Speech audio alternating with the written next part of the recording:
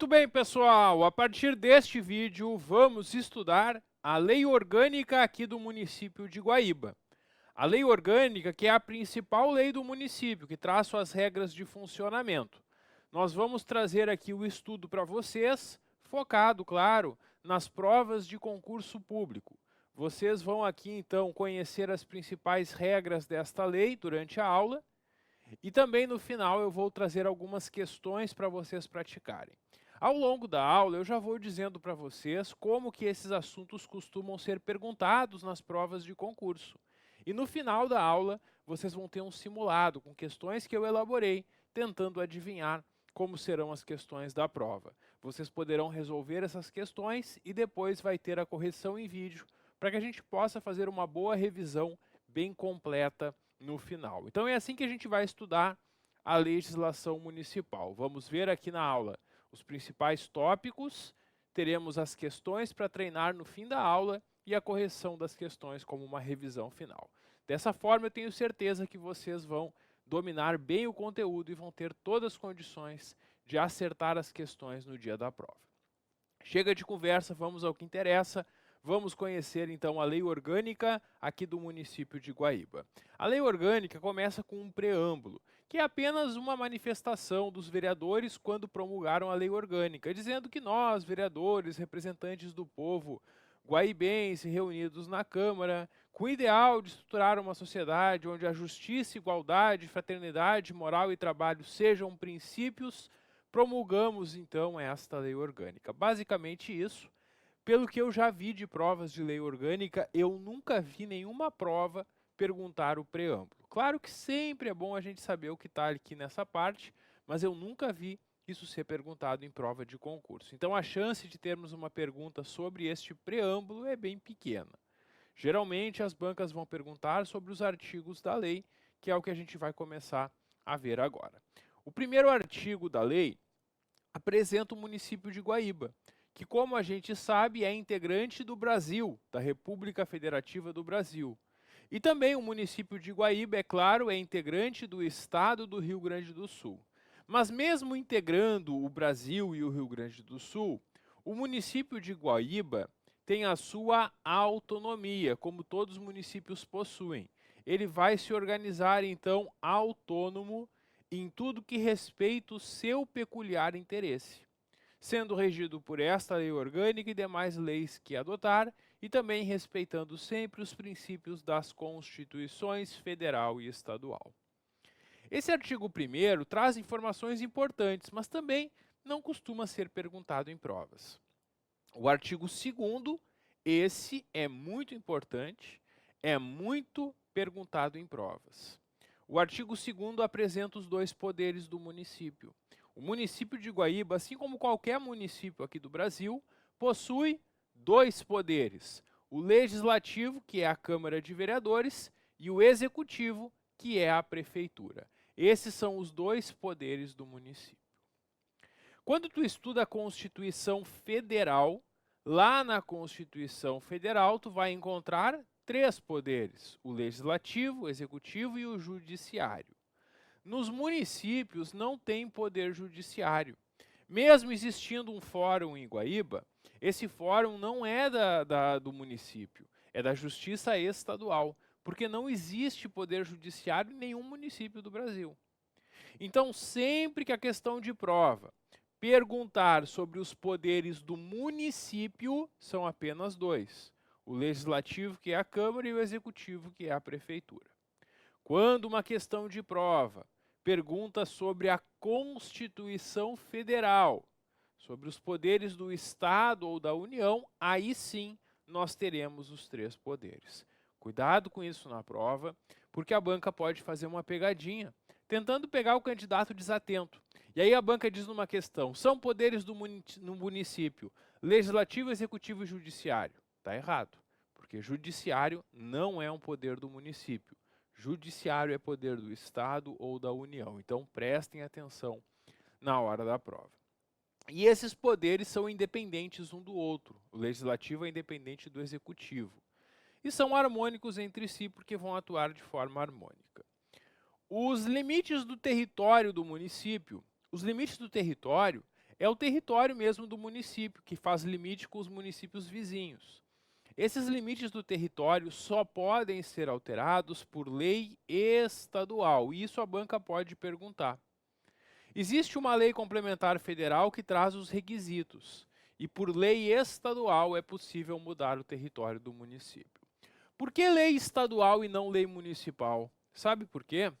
Porque quando eu altero o território do município de Guaíba, eu também estou alterando o território do município vizinho. E quando eu mudo o território de 2 ou mais municípios, eu preciso de uma lei estadual. Por isso, não pode ser uma lei municipal. E a banca pode fazer uma pegadinha, dizendo que os limites do território do município podem ser mudados por lei municipal. E aí está errado. É lei estadual, lei aprovada lá na Assembleia Legislativa do Rio Grande do Sul. O artigo 4º apresenta os símbolos do município, que são a bandeira, o hino, o brasão e outros que ele vem a estabelecer em lei, símbolos esses que representam a sua cultura e a sua história. O artigo 5º trata da autonomia do município. Por que eu posso dizer que o município de Guaíba é autônomo, possui autonomia? Porque o povo de Guaíba vai às urnas de 4 em 4 anos e elege os seus representantes, os vereadores que compõem o poder legislativo.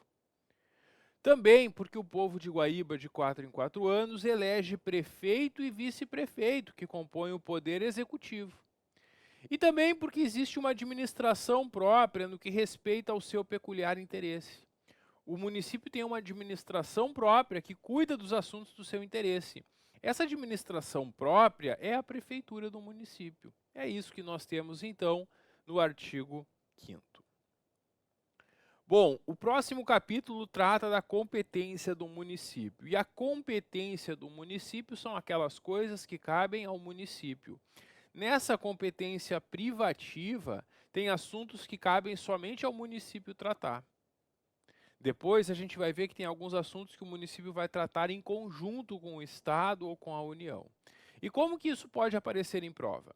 A banca pode misturar esses assuntos de competência do município com assuntos de competência do Estado ou da União. Ou ainda a banca pode misturar esses assuntos que são só do município com aqueles que cabem ao município junto com o Estado ou com a União. Então a gente tem que conhecer quais são as competências do município de Guaíba.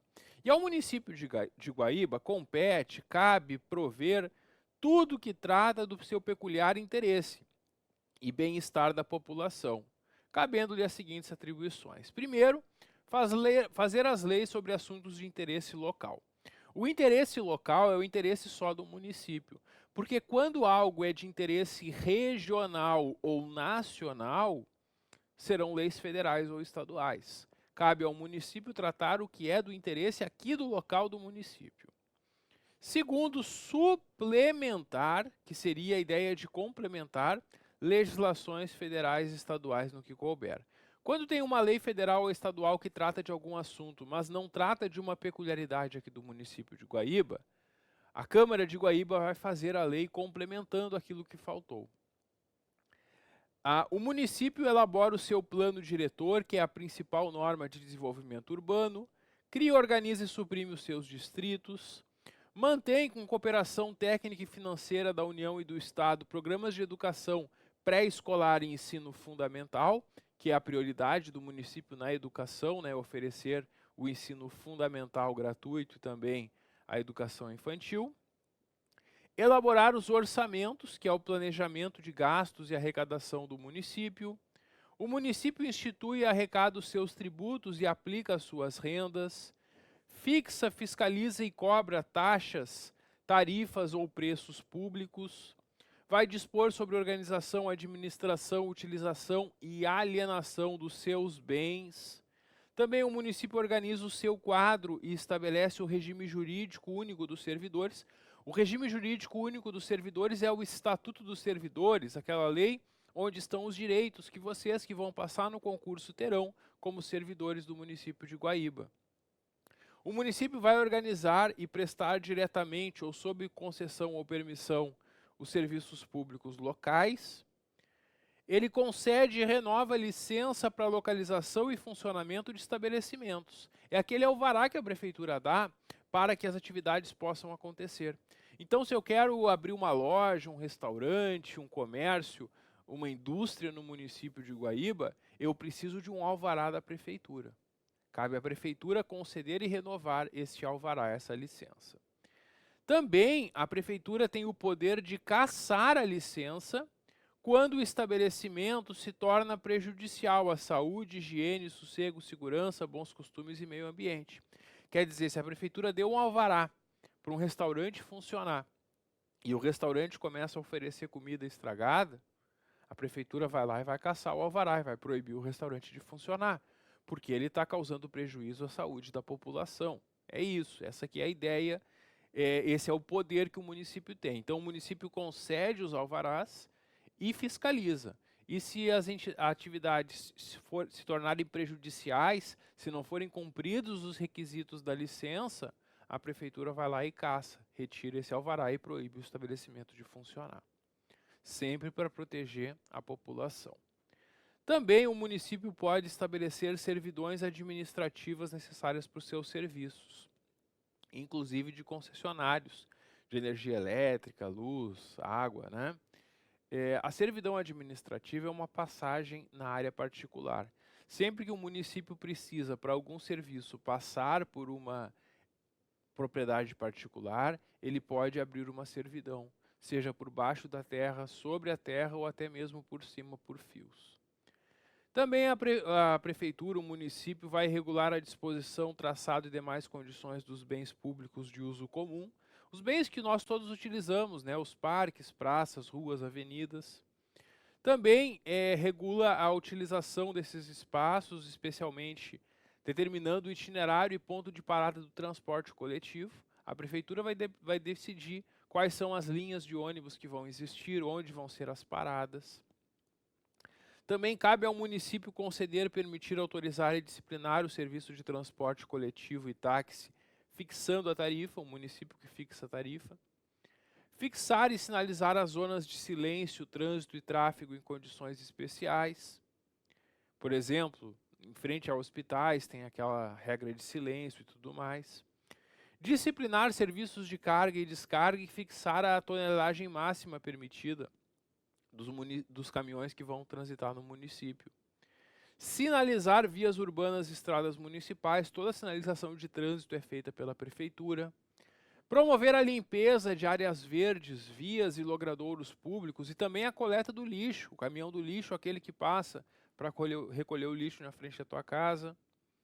O município fixa os feriados municipais. E aqui uma informação importante. Nós temos muitos feriados no Brasil, né?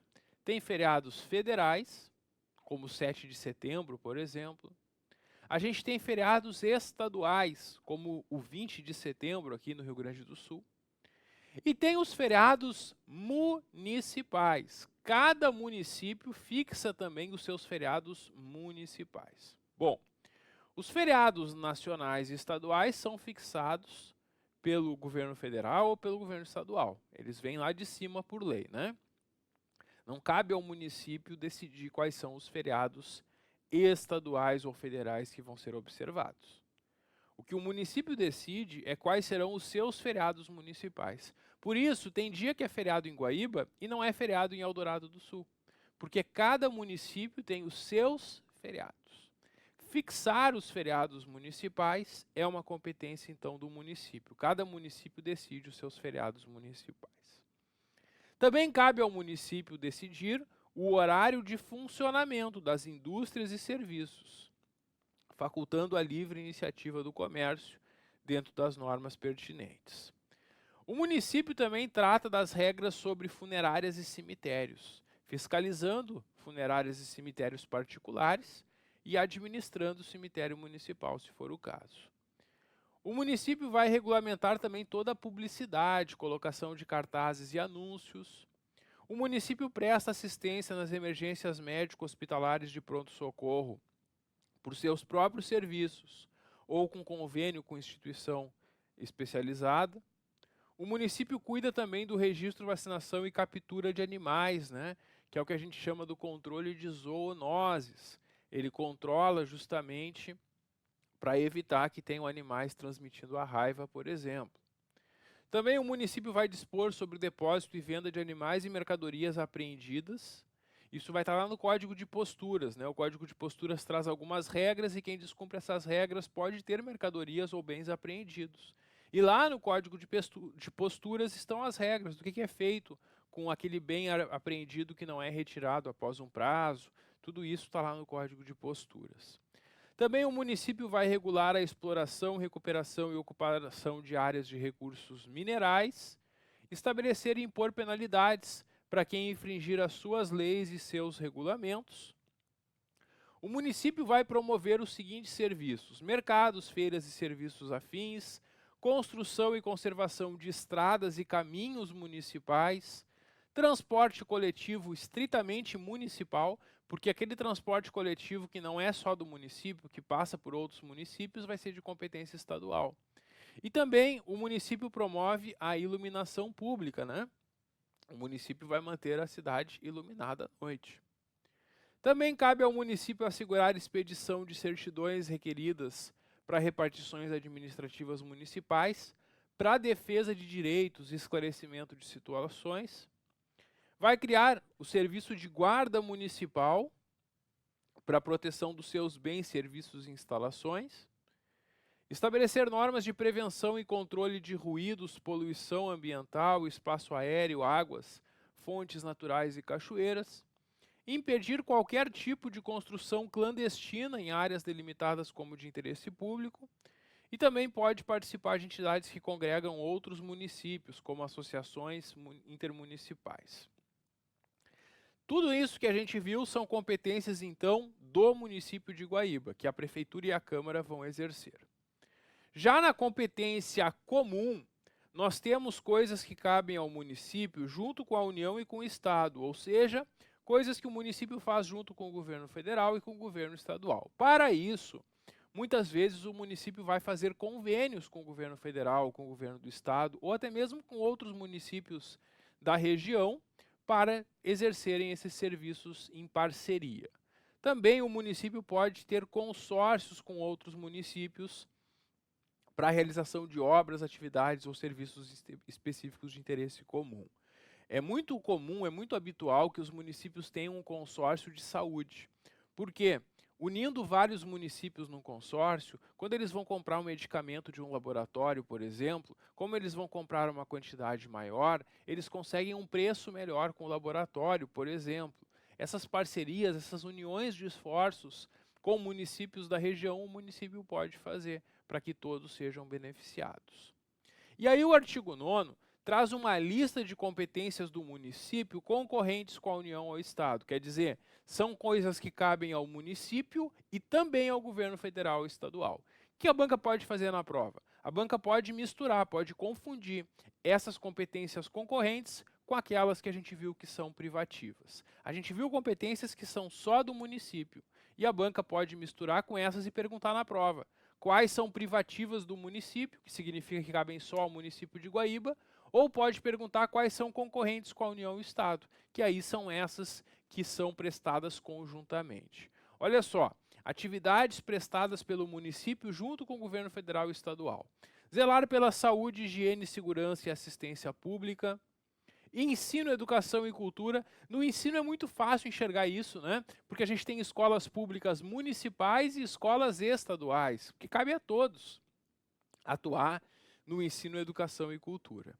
Também estimular melhor aproveitamento da terra, abrir e conservar estradas, defesa sanitária, impedir a destruição de obras de arte, amparar a maternidade, infância e desassistidos, aqui é o trabalho do serviço social, dos assistentes sociais do município, estimular, incentivar a educação e a prática esportiva, proteger a juventude, tomar medidas para diminuir a mortalidade infantil, incentivar o comércio, indústria, agricultura, turismo, fiscalizar a produção, conservação, comércio e transporte de alimentos, regulamentar também outras atribuições que não sejam vedadas pelas constituições.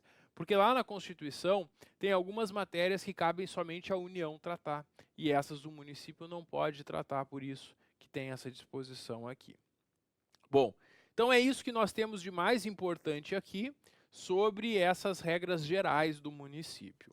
Avançando no estudo da lei orgânica, nós vamos iniciar agora o estudo do poder legislativo. Eu digo iniciar porque tem bastante coisa para a gente conversar sobre o poder legislativo e a gente vai, no final deste vídeo e no próximo, tratar de todas essas regras. E depois vamos ver o poder executivo, que é a prefeitura, e depois alguns assuntos finais. Pessoal, o poder legislativo é a Câmara Municipal aqui de Guaíba. E é muito comum em provas de concurso nós encontrarmos questões sobre o funcionamento do poder legislativo, porque a lei orgânica traz as principais regras de organização da Câmara Municipal de Guaíba. Primeira regra é a composição da Câmara. A Câmara Municipal de Guaíba é composta por 17 vereadores. E a banca pode perguntar na prova, quantos vereadores tem no município? Está aqui, ó, 17, não esquece, memoriza, são 17 vereadores aqui no município de Guaíba. Qual a idade mínima para ser vereador? É a idade de 18 anos, que também está prevista lá na Constituição Federal, né? Então é isso, duas informações que podem aparecer na prova. Quantidade de vereadores e idade mínima para ser vereador. Os vereadores, então, quando tomar posse, devem estar aptos e desincompatibilizados. E o artigo 11 vai trazer o período de funcionamento da Câmara. A Câmara vai se reunir de 1º de fevereiro a 15 de julho e de 1º de agosto a 22 de dezembro. Esses são os períodos dentro dos quais a Câmara vai ter as suas reuniões normais. Fora desses períodos, a Câmara está em recesso. O recesso é aquele período que a Câmara não terá reuniões. Bom, no primeiro ano de cada legislatura, peraí, o que é uma legislatura? Legislatura é um mandato de 4 anos, porque a gente elege vereadores para um mandato de 4 anos, né? No primeiro ano do mandato, os vereadores que foram eleitos pela população vão tomar posse numa sessão que é realizada no dia 2 de janeiro. Nesse dia 2 de janeiro, os vereadores tomam posse, elegem a sua mesa diretora. A mesa são os vereadores que vão comandar a casa, né? Porque a Câmara vai ter um presidente, vice-presidente, secretário, né? Então é feita essa eleição da mesa. E aí, logo depois que os vereadores tomaram posse, eles vão dar posse também para os que foram eleitos prefeito e vice-prefeito. E vão instalar a comissão representativa. Comissão representativa, a gente vai falar sobre ela depois, é uma comissão que representa a Câmara durante o recesso, porque fora desses períodos a Câmara está de recesso. E quando a Câmara está de recesso, não está tendo reuniões.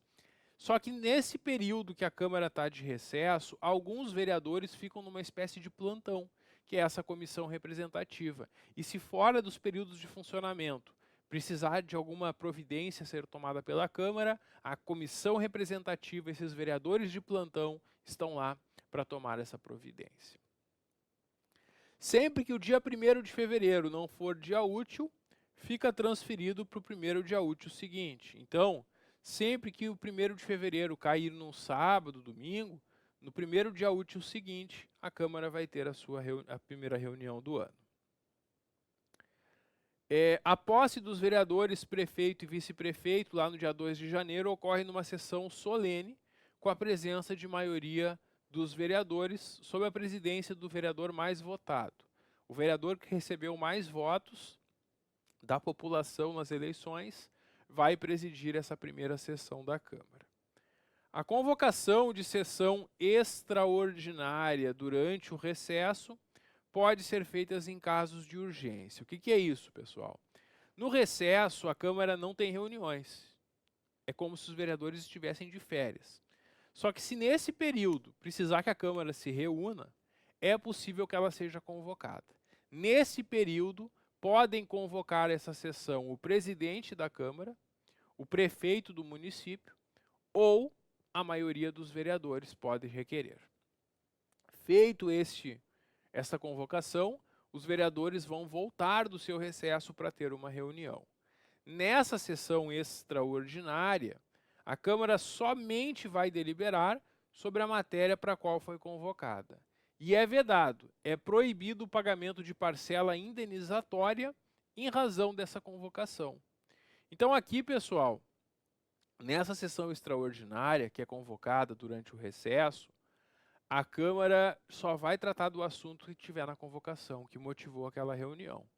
E os vereadores não recebem nem um centavo a mais por essa reunião, porque é vedado o pagamento de indenização em razão dessa convocação. Então, os vereadores não recebem mais por serem chamados durante o recesso. E isso pode acontecer mediante requerimento de maioria dos vereadores, ou do prefeito, ou do presidente da Câmara. Essa é a regra durante o recesso, porque fora do recesso, também a gente pode ter convocação extraordinária, que está prevista no artigo 16. Mas, quando a gente não está em recesso, durante o período normal de funcionamento da Câmara, quem pode convocar a extraordinária de acordo com o artigo 16 é o prefeito, o presidente da Câmara, 1/3 dos vereadores, não maioria, 1/3, que é menos do que a maioria, né? Ou a comissão representativa. É isso que nos diz o artigo 16, também tratando sobre convocação extraordinária. Bom, o parágrafo 7º trata do mandato da mesa da Câmara. Como assim mandato da mesa? Os vereadores, esses 17 vereadores que são eleitos, eles vão formar uma mesa. Eles vão eleger dentre os 17 vereadores, um vai ser o presidente, outro vai ser o vice-presidente, um vai ser o primeiro secretário e outro será segundo secretário. Esses são os vereadores, então, que estarão na mesa. Esses vereadores vão ficar nessa mesa por 1 ano. Eles são eleitos para 1 ano na mesa. E é permitida a reeleição por mais 1 ano. Então, aquele vereador que for presidente da Câmara no primeiro ano, pode ser reeleito presidente no segundo ano, porque o mandato é de 1 ano e é permitida a reeleição. A banca pode tentar te confundir na prova, dizendo que o mandato da mesa é de 2 anos, ou dizendo que é 1 ano, mas dizendo que é proibida a reeleição, e aí está errado, porque tu tem que lembrar para a prova que o mandato da mesa é de 1 ano e é permitida a reeleição por mais 1 ano. Pessoal, o que acontece se o vereador não aparece para tomar posse lá no dia 2 de janeiro? Se o vereador não compareceu no dia 2 de janeiro, quando a Câmara começa a funcionar lá em fevereiro, ele tem 15 dias para comparecer e tomar posse. Se o vereador não foi no dia 2 de janeiro e não apareceu dentro de 15 dias do início de funcionamento da Câmara, ele perde o mandato. Salvo, é claro, se houver um motivo de força maior. Por exemplo, esse vereador está com problema de saúde, está internado no hospital. Bom, aí quando ele se recuperar, ele vai tomar posse, né? Então é isso. Já falamos sobre a composição da mesa. Avançamos agora para o artigo 14, que nos traz que cada legislatura tem duração de 4 anos, compreendendo cada ano uma sessão legislativa. Legislatura é esse mandato de 4 anos. Quando eu falo em legislatura, eu estou falando então no mandato de 4 anos. Quando eu falar em sessão legislativa, aí a duração é de 1 ano, porque a legislatura tem 4 sessões legislativas, uma em cada ano. E a Câmara vai ter os seus trabalhos organizados por esta lei orgânica e pelo seu regimento interno. Convocação extraordinária, já mostrei para vocês, com um detalhe então que tem uma pequena diferença, né? Quando é uma convocação extraordinária no recesso, pode ser convocada por maioria, por mais da metade dos vereadores. Fora do recesso, pode ser por 1/3 dos vereadores. Tem essa pequena distinção aqui na lei orgânica. Bom, sempre que é convocada uma sessão extraordinária, uma reunião extra da Câmara, além das normalmente realizadas, os vereadores devem ser comunicados com uma antecedência mínima de 48 horas. Bom, a gente tem no artigo 18 que a Câmara vai funcionar com a presença de maioria dos seus membros, e as deliberações são por maioria de votos. Mas essa explicação de como funcionam as votações da Câmara, a gente vai conhecer no próximo vídeo. Dá um clique que eu já volto. Até logo.